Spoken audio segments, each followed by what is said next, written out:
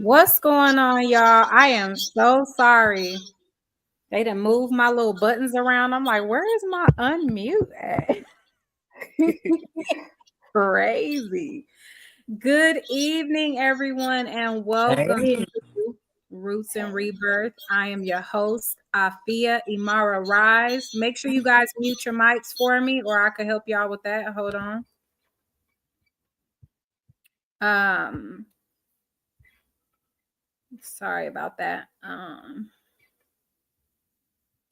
And I am so honored to be here to guide this conversation tonight as we continue on our series. Well, actually, we start our series, The Path of Self Discovery.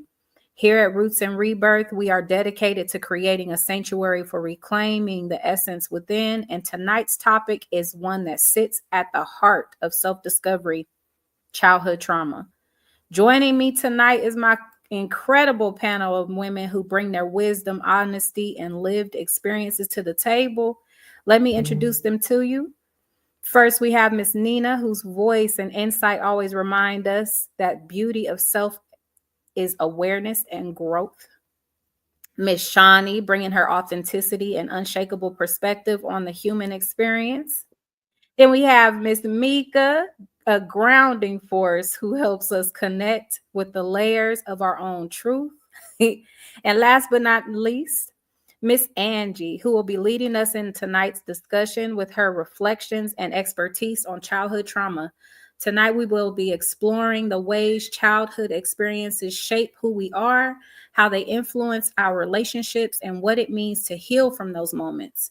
Miss Angie, the floor is yours. Please guide us into this profound conversation when you're ready.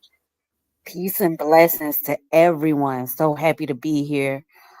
Grateful to be in the presence of all of you beautiful ladies.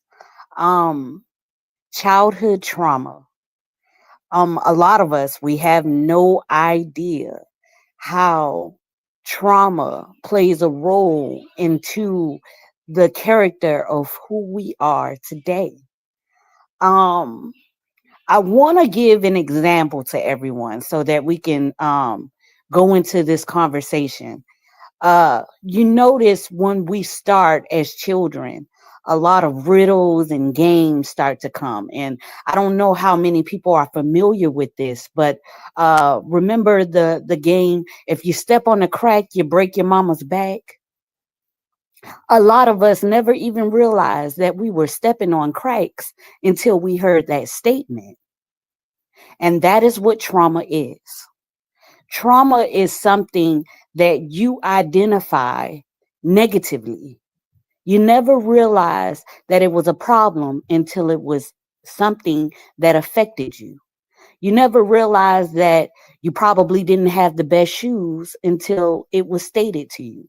You never realized that your hair might have been more kinkier than others until somebody stated it. You never realized that your complexion was a problem until someone stated it. And this is what trauma is. And once that moment happens, you start to see yourself identifying, or it becomes more of a focal point of how you go about your existence.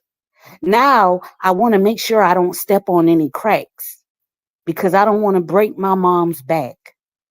Now I'm going to make sure that I keep my shoes in a certain brand, or listen to a certain genre, or I speak in a certain format, because now I am identifying in trauma. A lot of us, we take on these aspects of ourselves because we are not necessarily educated on how to identify that this is trauma, and you have a choice to either conform or to not conform. Most of us conform to trauma. Most of us become the people that we are because of trauma, whether it be positive or negative. Trauma has a way of affecting who we are today. And that is what childhood trauma does. It develops us into a character that we never even asked ourselves to be.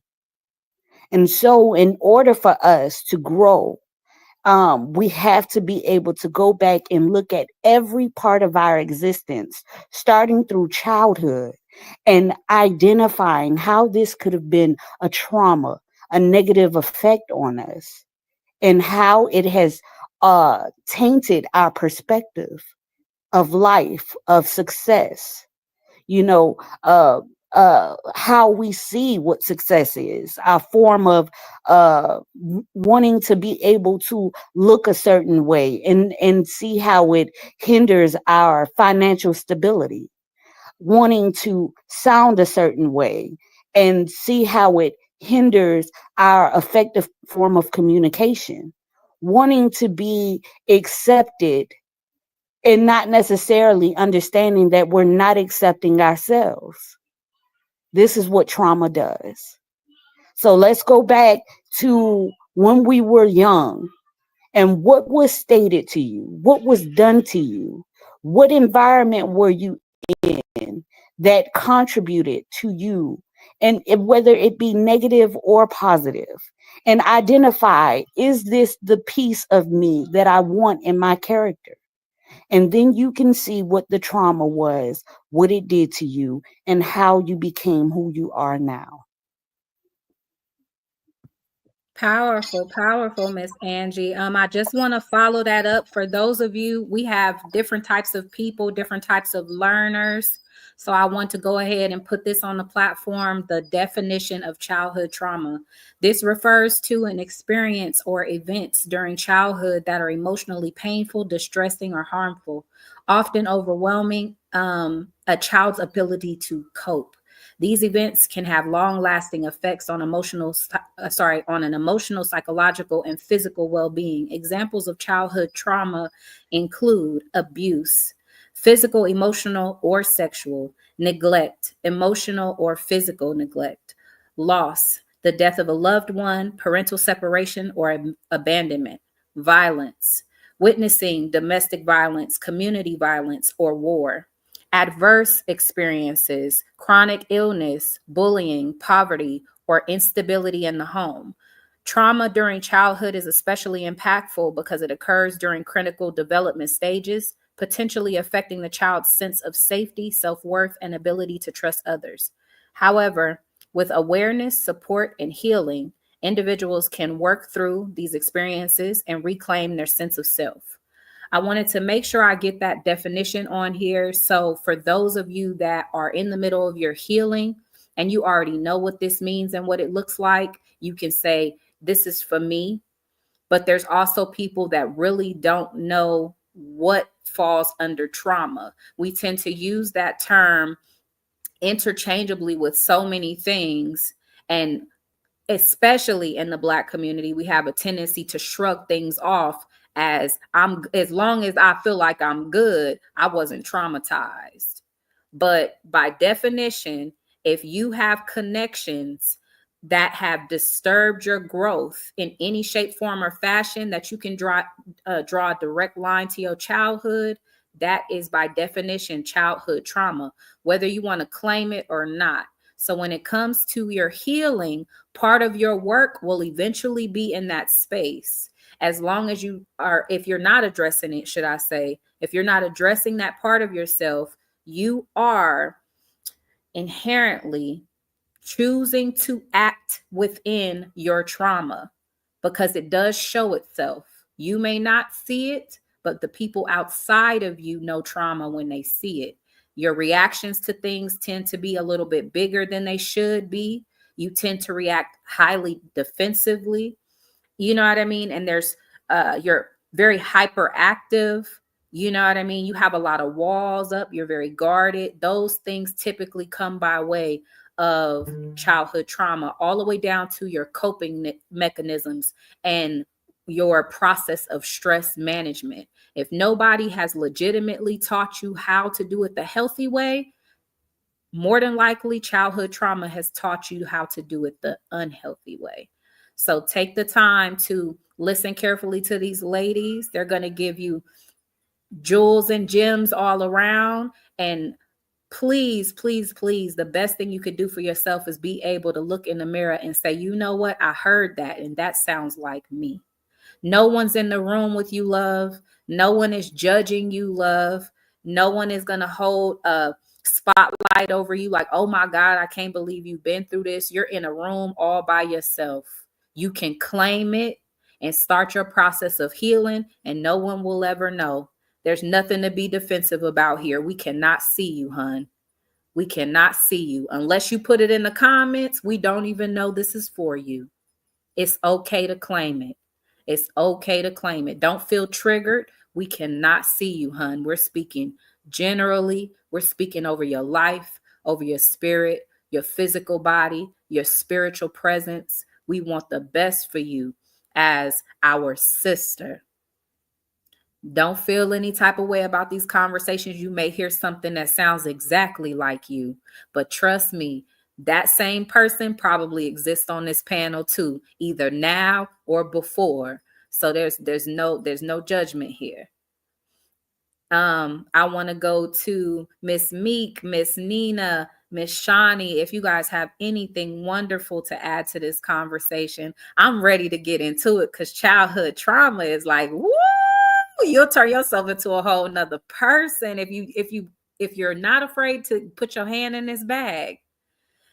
You can literally change the trajectory of your life with this one direction of healing.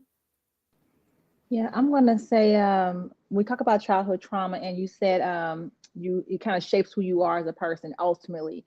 I want to say it shows up as your representative. You know how you meet a person, right? And you're like, hey, they're so nice, or they're so caring, or they're so this, they're so that. Well, that may be the representative of themselves. And when as you get deeper and time goes on, that mask starts to slip off. It could be a positive thing, right?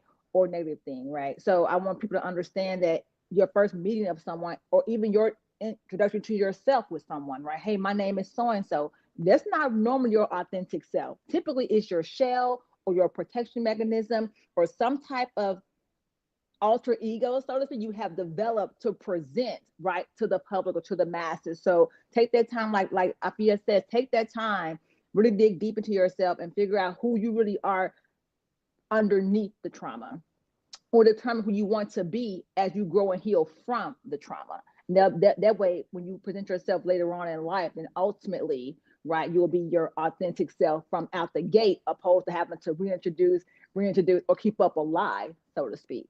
So.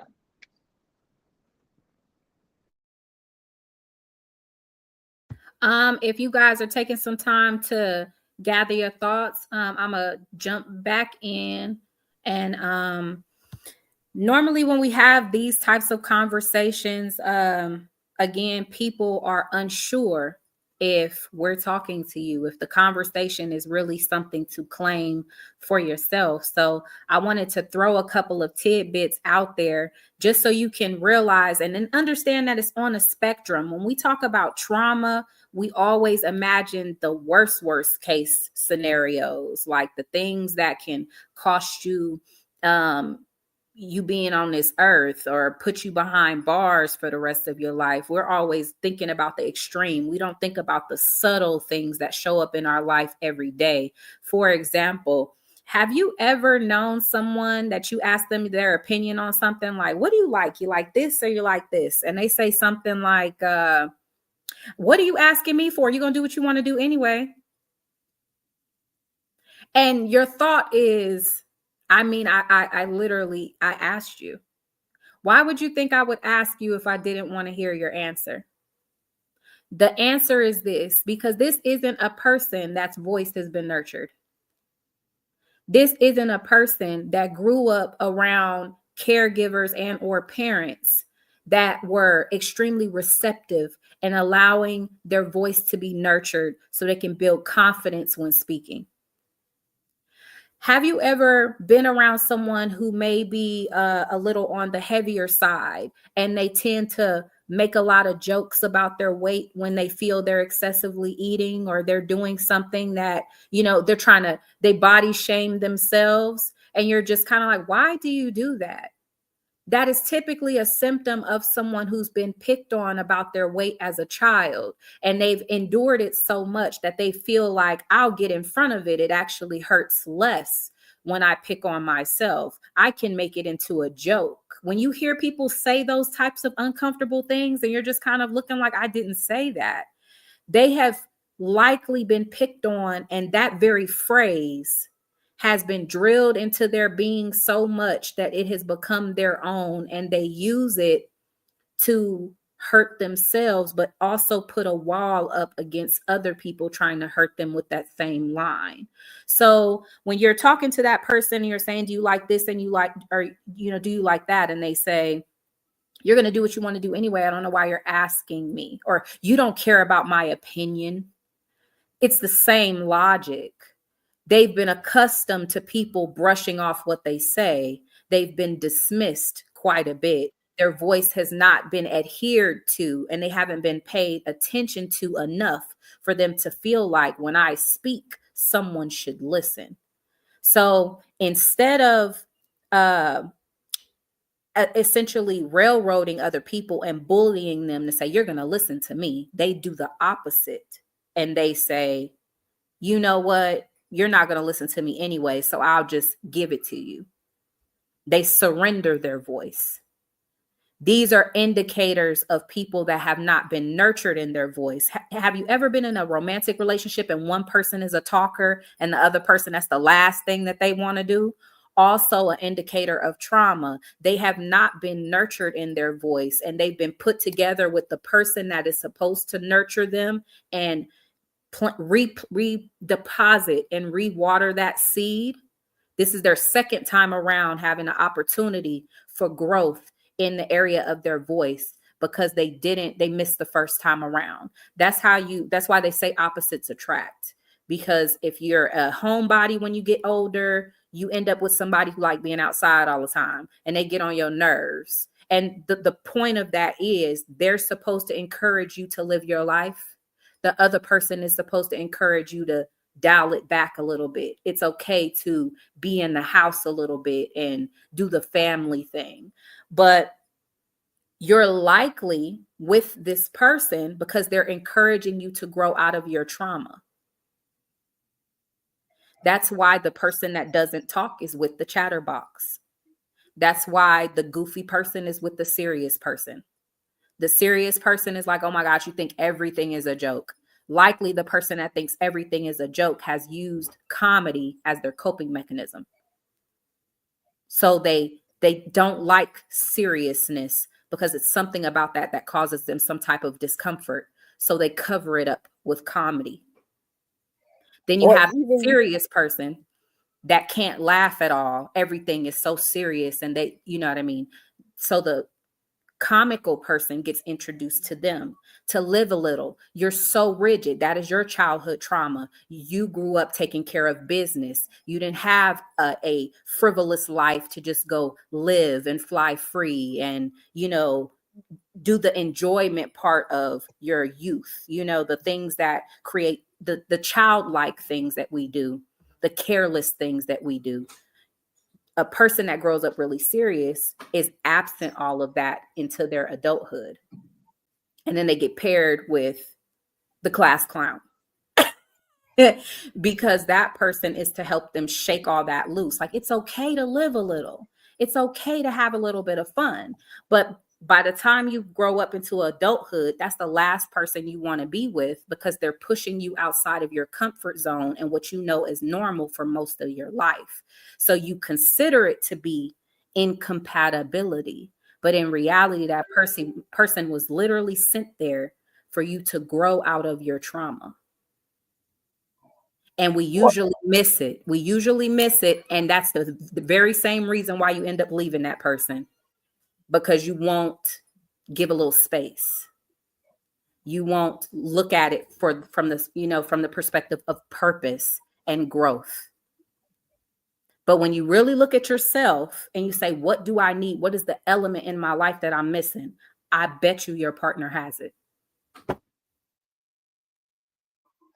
Or even to even add to that, a lot of people never even realize this part with childhood trauma and effective communication. How many of us can identify with, maybe we had silent parents, where we didn't have a lot of communication if things were good. But when things are bad, you get a lot of yelling and a lot of aggravation and agitation, not necessarily knowing how to form ways to express yourself effectively.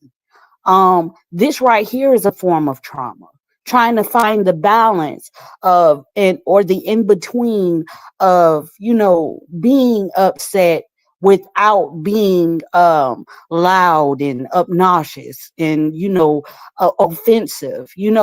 All of these things they contribute to how basically us being traumatized, or it's a trauma effect, not knowing how to express ourselves, because some of our lives, especially in the development process, that wasn't necessarily identified to us to effectively communicate. I want to piggyback off of that what Angie just said about yelling and growing up in the house or whatever your trauma was when you grow up and you didn't have effective communication. What about even effective nurture? Some of us didn't grow up in a home where mommy and daddy were Right. very loving to each other or very loving toward the children. So you grow up being kind of distant and not want to be hugged or loved on, right? Or even so much as coached in a nurturing way, right? So trauma can be an experience. It's not always physical. It's what you observe, what you're supposed to see. We're taught as women to be the first teachers of the children. Well, we never see mommy hug daddy or vice or see daddy hug mommy. How do we know what's expected of us, right? That can also be very traumatic or a trauma experience as growing up as a child. So I want to put that. I want to touch on a few things that have been said so far because I agree with everything completely. Um, I want to speak on my own personal situation. I always want to make it general, but that's really how I connect to the topic. So for me, growing up as a child, unfortunately, I did go through all the traumatic things. Any form of trauma you can think of, and some of what Lacey said. Um, it's true to me because I was that person that was very silent at first. Very briefly, I would speak up a little bit, but when I seen I wasn't being heard, I would just be silent. And then my silence turned into jokes. When it got too unbearable for me to hold it in anymore and it started to leak out in my behavior, then I tried to be very lighthearted about it. Even though what I was talking about, it's not anything to joke about. It's not anything to laugh about. That's just another way I was able to cope outside of being silent and not talking about it. And then for me, since the jokes and sometimes the silence kept me in denial, once I got into romantic relationships and, friendships, but mostly romantic partnerships, instead of me finding that opposite that can maybe bring the light out of me and be a team in healing, I found somebody to trauma bond off of. So it just intensified it, it made it worse. And then I started to adapt some of their behaviors. So I feel like it just kept me down like a downward spiral in my childhood trauma and never able to like release it or even have the tools or understanding. So sometimes I would want to speak to those people that don't know how to let it go. You don't want to hold on to this no more. You want to heal. You want to have positive ways of thinking, reprogram your mindset, but you just don't know how to do that. So I think for me, even though I've grown a lot within my journey and have let a lot of things go, I still have those questions. Like, how do I actually be okay? How do I know if I'm going in a direction of being okay? Because I've coped for so long. I don't know how to not cope. And I don't want to just get so hard to where I just keep pushing people out, and where is that going to lead me? So that's my question. How exactly do you know if you're actually healing? Because healing is a up and down, journey. How do you know that you're actually healing and it's benefiting you and you're going in a positive direction and letting go of the trauma? Well, what I would say is, just like Meek identified, it becomes a moment of self observation where you can see things repeating itself, and you can see yourself in this moment, and it's kind of like finding the light bulb, where you're like, I see where I have a struggle in this situation.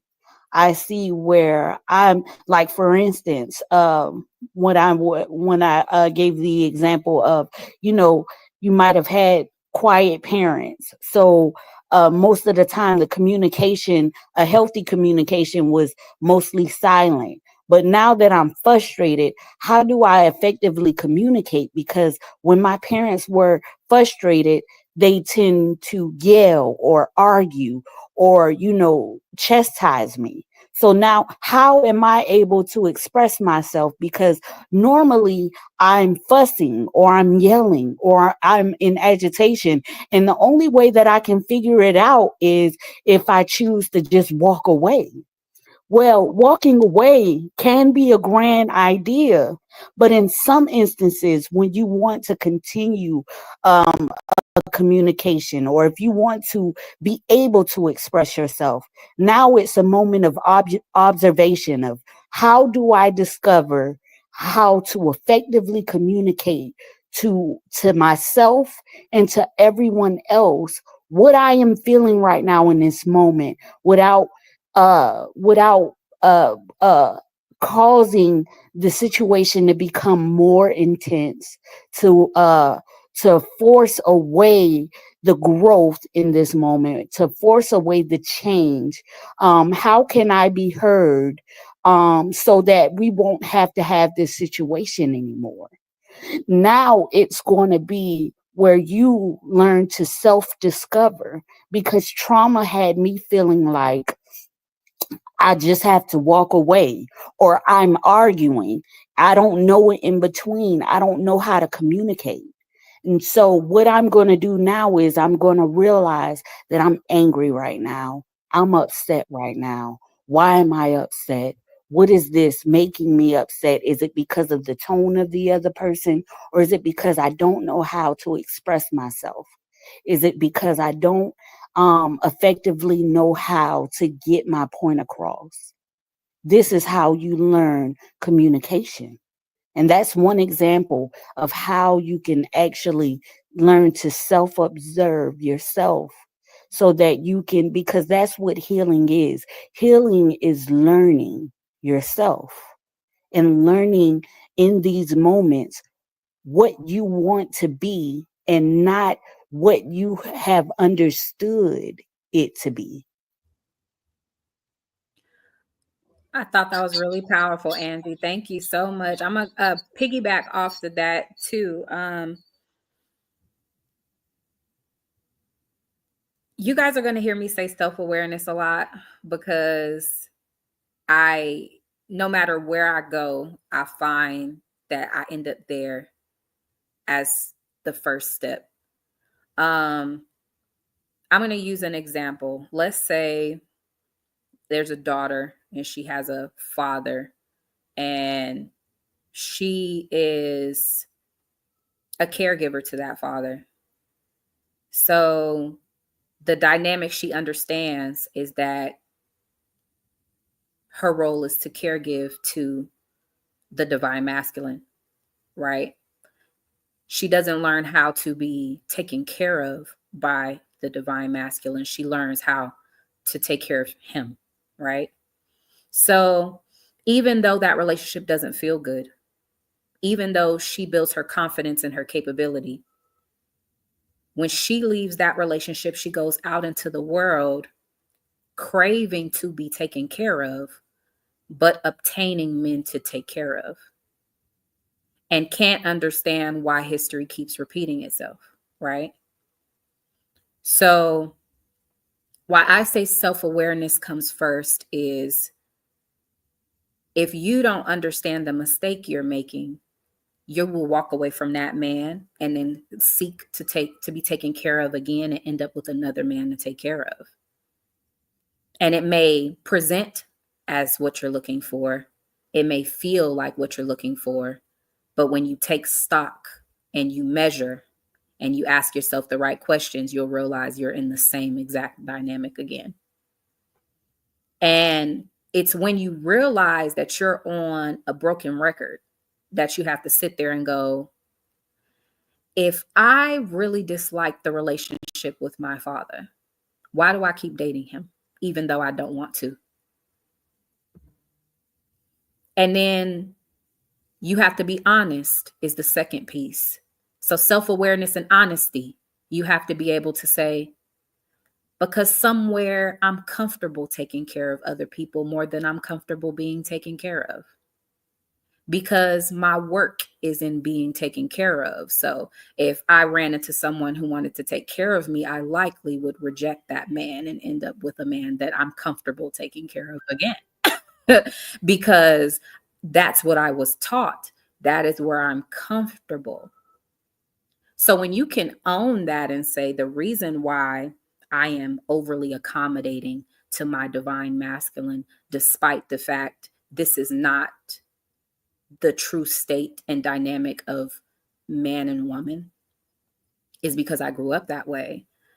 When you go into the dating world, you see the indicators now.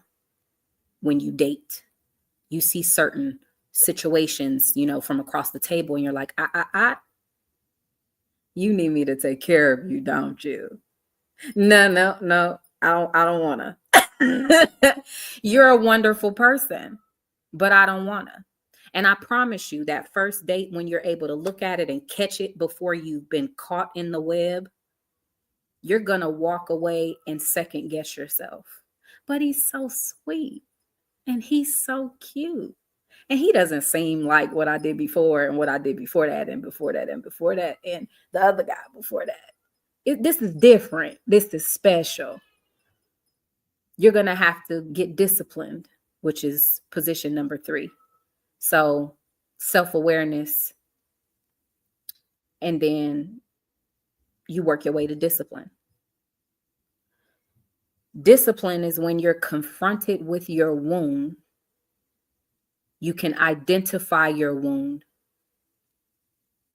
and not engage. That's what healing actually means. See, people think healed means I don't get hurt anymore. I don't get challenged by my trauma anymore. No, because there's layers of every bit of trauma. So like, I think I had this conversation with Mika to say, okay, so you've learned how not to cuss people out. That's wonderful, right? So you're like, I've healed from cussing people out. Good job, right?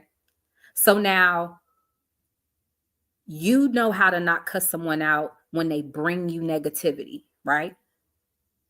You got your A game. You like, yo, I'm healed. You can walk down the street like, y'all ain't got nothing on me. I got it handled. Universe says, okay, so can you do that again after your mama just died? Now, when they bring you negativity, do it again. Right? You're going to hit that wall a couple times. Like, nah, and that's when you're going to spaz and you're going to look at yourself in the mirror and go, I haven't grown at all. That's how you're going to feel. But in reality, that's why there's layers to this growth is, no, you know how to not cuss people out, but you don't know how to not cuss people out when you're carrying weight. You don't know how to cuss people out and not cuss people out while you're carrying weight and you're under stress. Then it's another layer is going to add on to that. Okay, so, fine.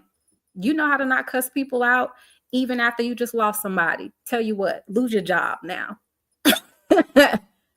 Do it again. That's why you will never be healed, because there will always be another block. There will always be another domino to challenge your capability. So you have to be able to identify that. So if you're replicating your behavior, you end up in the same place every time. You keep talking to the same guy over and over. You get to the table and you go, I see you. No, right? You walk in the opposite direction. Universe is going to send you a better man with a better mask. And you're going to have to go on 3 dates. You're going to have to go on 4 dates. You're going to date him for 6 months. You're going to get all the way to being engaged. And you're going to have to catch the indicator is in there somewhere, and you're going to get handed fog. But the indicator is in there because the universe is trying to teach you to stop loving people and obtaining people and chasing people through your wounds, but to chase people through your healing. And so the fog is going to keep getting dealt to you. So if you lack self-awareness, you will always get hurt there because you can't identify your own weaknesses. So you're chasing people that are prone to, to hurt you. And you don't even understand you're attracted to pain. Then when they hurt you, you've manipulated me. You lied to me, when in reality, you're chasing the same person over and over. They've done nothing to you but exist. You sought them out because of your conditioning. And if you can't pull the blinders back and say, I lack self-worth. I lack attention. If you notice, if you lack self-worth, you lack attention, the minute a man get in your ear, you in love. He always tell me I'm beautiful and I'm special. And when you really step back and really look at it, he has given you nothing to show you longevity, to show you promise, to show you discipline and dedication. He's told you you're beautiful. He's told you you're beautiful. He's told you you're beautiful. That's where you're absent. That's where you're void inside. That's the place you need to be filled. And if you don't know you're walking around here looking for somebody to tell you you're beautiful, you won't realize when you're sitting across the table from the man that's telling you you're beautiful that you're in the red.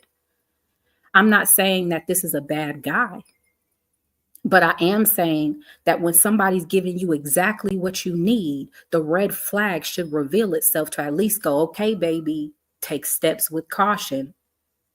He got all the right words. He's saying all the right things. He got, everything I need right now. This is dangerous. But if you don't know yourself, you can't step into the realm of healing and say, I know when somebody's stepping in my wound. You need somebody to tell you did a good job. You have a self-worth issue. You will end up with somebody that pats you on the back. Because that's what you saw in him first. That's what when you're wounded, you seek out whatever puts a Band-Aid on your wound first.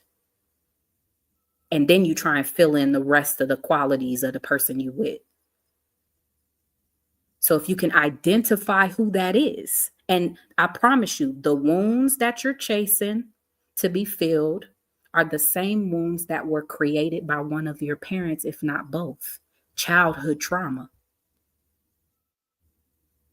You're literally addicted to the same relationship. You got a parent that makes you feel stupid, I promise you they in your relationship too. And that's your trigger in your relationship dynamic. Because the relationship is sent there. You get 2 opportunities in your life to heal. I'll even say 3.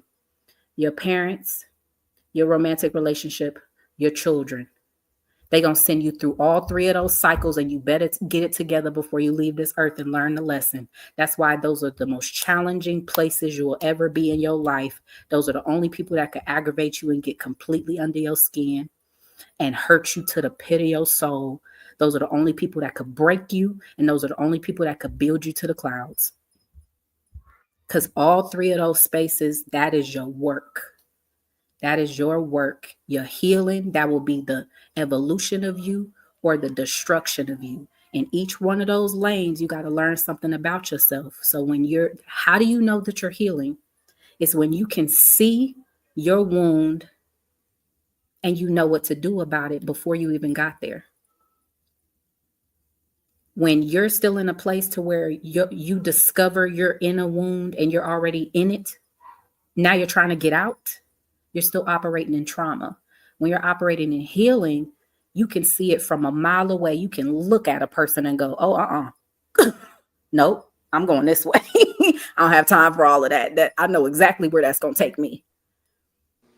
I mean, but ing, healed and healing is, two, different things. So I take True. pride in the healing process, because that ing means action or process, and that is a huge that's the huge difference for me. So like the fact that I'm actually healing, identifying it wasn't that easy, because I was one of those people who were easily offended.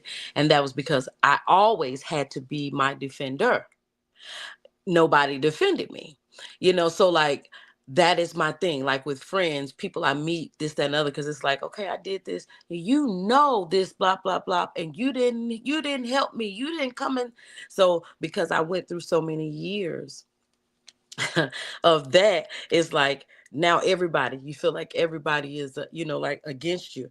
And once I killed that part, it's like, almost unbelievable, because it's such a barrier. People don't like to admit it, because it makes you feel weak, almost like a kid. I know about me. I felt like it, like a 9-year-old girl that gets pushed away from the crowd of friends on the playground, and it's like, I want to play, I like to play too, I didn't get a chance. I was ostracized a lot in my family life. So like when I was growing up. So when I grew up into a woman and I was able to effectively be a friend, learn how to speak to my friends and let them know, hey, look, I got this thing, I'm still working through it, but I got this thing, and I don't want you to raise your voice at me. Like, don't yell. That makes me feel like, we're about to tussle, because I don't want to have to tussle, but I will, you know what I'm saying, if I need to tussle. But that, when you actually are healing, that's why I'm healed. I speak certain things, and that those are true. But the healing, that ing, that is action, process. That means it's ongoing. So this is every day that I go through this in my own mind, because I'm my worst critic. All of my symptoms, I wrote a whole list. You harsh to yourself. You're the most harsh to yourself ever. I know I was. You doubt yourself. So you quite naturally think other people doubt you. You don't really give yourself the best compliments. You're your worst critic. You avoid thinking about things that make you feel uncomfortable. Like some people could really even save a friendship or a relationship just by having a conversation. But they're so they're so guarded and so unfamiliar with effective communication that they can't. So having a conversation with a person who doesn't know how to express sounds like a conflict. And I'm like, I'm always finding myself in expressive dialogues, like, I'm not trying to say you did. And then I'll find myself cutting it off, and I'm like, no, because I get where you are. I get where you are. I know that I can pull and tug. You're not going to come out of that corner. You like a kid right now. You're not going to come out of that corner until you're comfortable. I'm not up for fighting though, Lacey. I'm not up for pumping and priming no more. I'm not. If I feel you rejecting me, I'm going in the. I'm not certified. I'm not certified. I'm not qualified to deal with that, and and I don't have to. You know what I'm saying? So like I can detour myself. So because I'm still healing, I take my stuff serious. And when I see that you don't, I can't be responsible for you. I know my stuff. I identify my stuff. I state my stuff. If you don't like it, you don't understand it, that's fine. I don't understand a lot of it either. But the ing out of this whole, this conversation I've been listening to, basically, I just keep getting, we go from healed to healing, and I'm listening to all the variations. Everybody's traumas are different, but the healing is just a beautiful phase if you can really embrace it. Sometimes it takes a lot of crying, some isolation. And then sometimes it takes the opposite. Sometimes you need a really good belly laugh. Like, go Absolutely. somewhere that makes you happy. Like, do things that enhance that, bring that out of you, because being like this with your heart, it hurts. Like holding it up and guarding it. Like, it hurts. Let the guard down. You cannot. You got to talk to that child. I still talk to the little girl in me. Mm-hmm. So the ing, y'all, that's my input on that. Keep that in mind. Like, you don't have to rush. It ain't a race. And if you're dealing with a person who can't, oh, you still going through that? Well, yeah, I am. Yet still, you don't like it? I'm all right with that. Go the other direction, because you got options. All of us, we got options. So, like, I respect anybody who's willing to say, I'm healing, not healed. That means I'm still working through it. That's beautiful to me. That's beyond just fixing things. That's evolution for real. Absolutely. And I appreciate you even clarifying that, because I agree. I think that healed is not a term. I think I don't even think that should be in the conversation, because that part of growth never goes away. You're always learning, always evolving, always shifting from who you were to who you will be. So you will always be in a state of healing. I also wanted to say that I don't know if you realize you said it, but I want to say I commend you in your transformation from at least one identifiable childhood trauma. What I heard you say was that you were ostracized from your family, which is a childhood trauma, and in turn, she didn't trust anybody. Did you see how quick that came out, and how you can observe it within someone's words? And she was able to call it out and identify what it was, and that exactly what that is, and how the connection is made, being ostracized from your family, and how that shifts into not letting anyone in and not trusting people and putting up this wall around yourself, and being able to identify it, like Angie said, observing and being able to see yourself and say, this is why I'm this way. So I'm like, I wanted to give Miss Nina a round of applause and extend my love to her, because if she did not know that was a milestone, I wanted to make sure that we all know that that's a milestone, and that if she's able to identify the beginning and the end of that, that's something that she has overcome, and she's standing on the other side of that. And we have literally a living testimony of overcoming childhood trauma on the panel. Yes, I would like to also add to Nina. She stated, you have a choice, and trauma does not give you the idea of having a choice. Most of us move towards what trauma chooses for us, never even realizing that we have a choice. And even Lacey said something very important earlier, asking ourselves the right questions. A lot of us, we have to go to the beginning of, what is the right question? Have I been asking myself the right questions? Most of our questions, for the most part, of a lot of people, they point the question outward and never inward. So you have to ask the right questions. You have to know that you do have a choice, and not only just, and I know this is a this is a grand statement, especially in the spiritual community.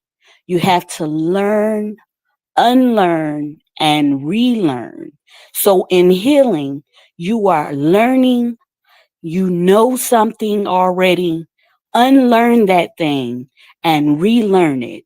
Figure out what questions you need to be asking yourself, with pointing the finger at yourself and understanding in all of that, regardless to what trauma it is, you have a choice. That is healing. I love it. I love it, you guys. I thought I heard somebody turn their mic on. You can go ahead and take the floor just a second. I just wanted to let you guys know we literally have 10 more minutes till. So it is up to you all how you feeling. We can definitely carry it another 30 minutes. I think this conversation is really amazing. But I know that a couple of you guys have things to do and babies to put to bed. So I want to make sure that we all were aware of the clock. If you would like to, you can go ahead and share your final thoughts at this time if we are going to go ahead and close out on time this evening. And then I'll bring up the close.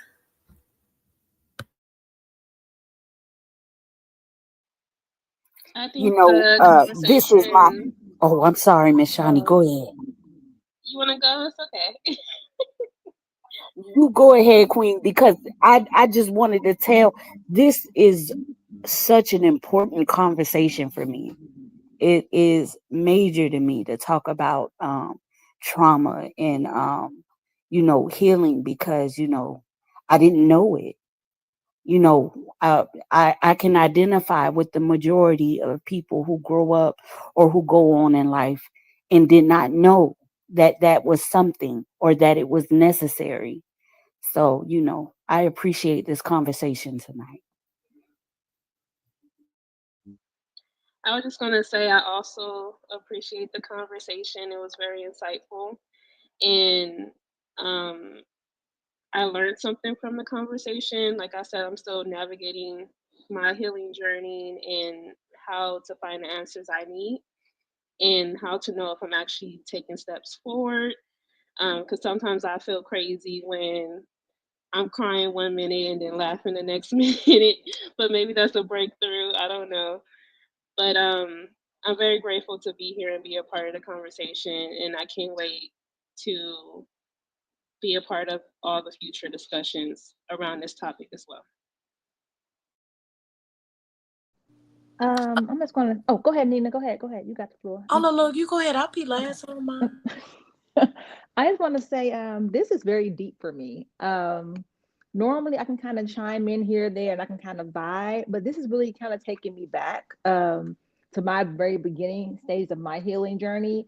And it's kind of getting me in my emotions. I'm a Virgo. I don't do the emotional thing. I'm real in my head. But tonight is kind of, I feel like part two should be like coming along. I don't know. I feel like we're just starting to unveil what this thing really looks like. Yeah, I had to step away for a second to come back.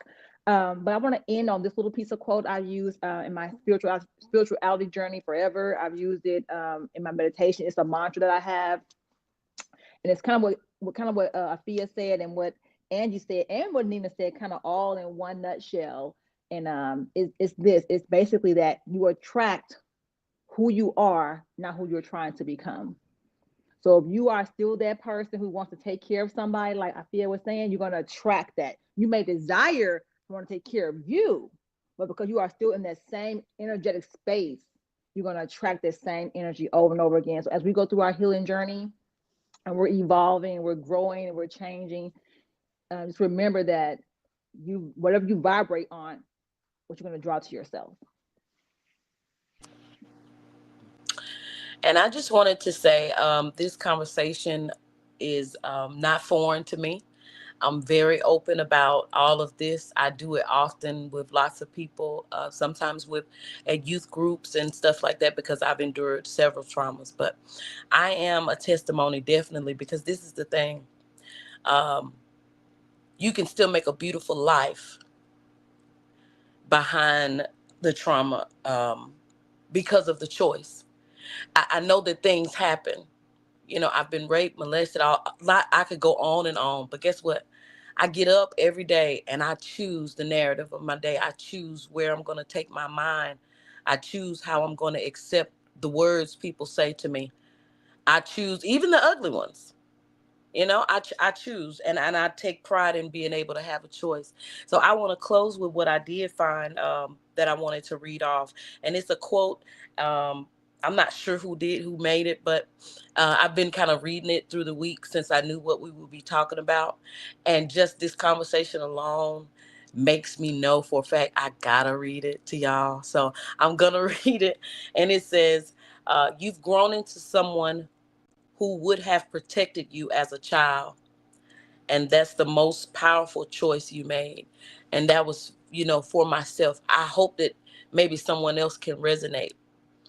But that's not, people make you feel like it's a flaw. It's not. To protect yourself is a gift. To protect yourself is an honor. Do it with vigilance. Don't cower. You get to protect you. It's not always a defense mechanism. You need to be able to protect you. Handle your trauma. Do your things. Do your things you need to do so you can get past it. It's your choice. That's all for me. Thank you guys so much for your wise words, your contribution, your willingness to receive and learn and absorb from others around you. As my addition to last thoughts, I would like to, I guess, pose a question. Sometimes the things that develop into trauma are things that we thought, not things that were said. So the first step of healing would be, I would like for you to ask yourself, was that thing that you're holding with you something actually said or something that you thought? Let me give you an example. I am in a phenomenally just growing space with my father. My mom was a very nurturing woman. My parents were together all the way through to me being an adult. And my mother is a very nurturing, sometimes hovering, like, so much love, like one of those, mom, don't kiss me type, like, dang. But she was so much that she gave me so much life and so much freedom to exist as how I was, that when she grew ill and I kind of lived with my father almost in a context of him being a single parent, I lacked so much understanding of him because he didn't show up in the energy of my mother. I read him as distant and unloving because he lacked the ability to be affectionate. I also lacked understanding in what it meant to be masculine, because essentially I wanted him to be more nurturing as I experienced my mother. And because of that, I grew up in the childhood trauma of seeking approval. I was a people-pleasing child. I was an overachieving child, anything to get an atta girl from him. So I was overly successful at a very young age because I wanted to get a rise out of him. And I always attributed his demeanor to be a lack of love. And when I started my healing journey, and this is crazy because this wasn't therapy, this wasn't friendship, this was when I started the work of self-awareness that I talked to you guys so much about. There was a moment when I asked myself, did he ever tell you that he didn't love you, honey? And I had to be honest and go, no. Well, what made you think he didn't love you? He doesn't tell me he loved me. He doesn't kiss me all the time. He doesn't. I had this laundry list, right? And me ministering to myself, the next thing was, but is that what that means? Is that what that means, that he doesn't love you? That's what mom does, right? So are you expecting him to do what mom does? I projected onto him. I made him an unloving father in so many ways because I felt rejected by him because my expectation stated he should show up how my mother shows up. And I missed her absence physically so much that I passed the buck to him. Like, if she's no longer here to be affectionate towards me, you're obligated to show up this way because I still need it. And when he didn't show up that way, I took it as rejection. I literally, as a child, the things that we create in our minds as a child, like when things go wrong with your parents arguing, they get a divorce, you say, it's my fault, I could have done something different, and maybe they would stay together. And you create all this stuff and you never talk to anybody about it. And you become an adult still carrying it. You still carry a beef with one of your parents and you never actually sat with them and say, why don't you love me? I never asked him, why don't you love me? I was sure he didn't like me. I was like, I've never heard you say you were proud. I've never heard, like, you don't say I love you. Come to find out, I have a father that had a parent that was the same way, and he just replicated. That was his, childhood curse. He didn't know any better. He showed up as who raised him. And I made him an unloving person for it.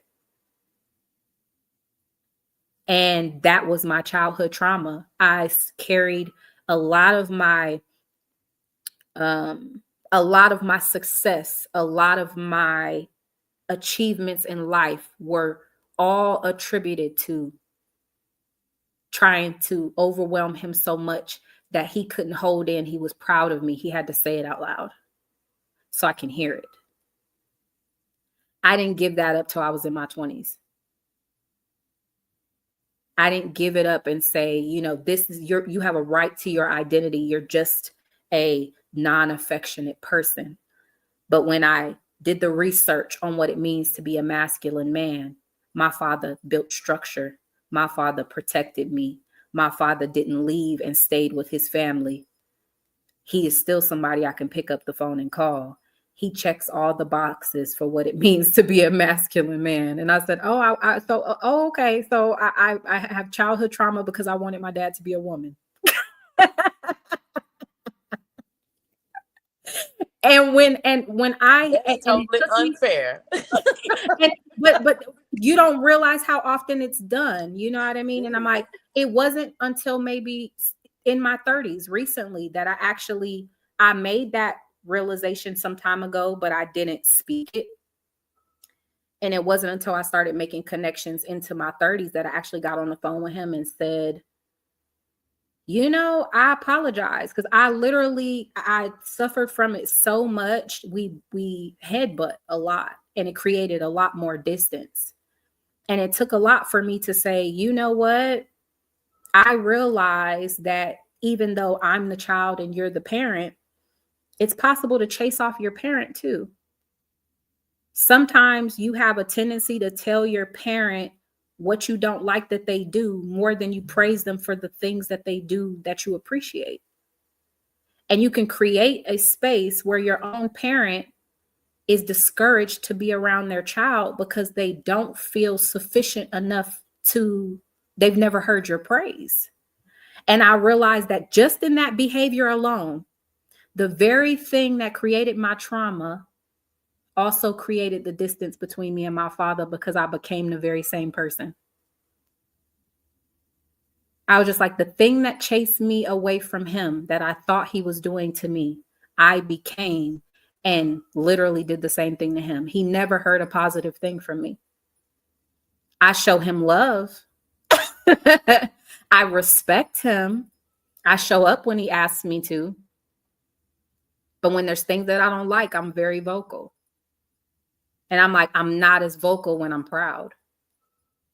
I said, and I'm literally standing in that same space. Why don't you say you're proud of me? I'm like, well, shoot, he could say the same thing to you, child. When you gonna tell that man you proud of him, honey? Maybe if you give him a little bit of that energy, he'll be able to give it to you. And it's hard work. It's hard work, especially when the child has to evolve before their parent. To swallow that pride and take the step first, because there's something about that you feel you're owed. My parents should grow and evolve and connect the dots and do their inner work and put themselves back together, and they should restore us. It takes a lot of courage and a lot of bravery and a lot of everything for you to unravel all of those things and be the first to step out there and mend the wound and say, I shouldn't have done that. I should be, if I want affection, I should show up in the way I would like to see you show up. Then I have the right to ask for something. And it's a very difficult thing to realize that your mind made it all up. And you've been carrying the thought of a child well into adulthood. So I pose this question to you all. If you're carrying a trauma about how your parents or whoever felt about you, about how they treated you, even with Nina, your family ostracizing you, you know what I mean? You might have felt alienated, but no one actually said, you don't belong here. You know what I mean? And it's like when you can say that out loud, nobody actually said that. And then go, where did I imagine this? What created those emotions to where I did that? You can unpack a lot of healing and start your path to growth. I want to tell you guys, thank you so much again for joining me on, our episode 2 for Roots and Rebirth. I agree with Meek that this was a fantastic build and we're just getting into it. So if with you guys' permission and support, I would like to pose to all 3 platforms. If you guys would like to see us do a part 2 before we get on with the conversation in the series, please make sure to watch this entire live and put in the chat part 2, please, part 2, so we can push back all our other dates we have over the next month and get ready for next Friday and do the second part to our first portion of the series. I appreciate you guys interacting with us in the chat, all the platforms, Facebook, YouTube, Instagram. Thank you so much for being here. I'm going to go ahead and I'm going to sign off in a second, but you guys are more than welcome to say bye or sign off or do what you got to do. I'm going to turn a little bit of the music on. Peace and blessings, everybody. Good night, everybody. Thank you. Peace and blessings, everyone. Have a great night. Good night. And we will see y'all. Don't forget, again, put in part 2 in the comments. And we will see y'all next week.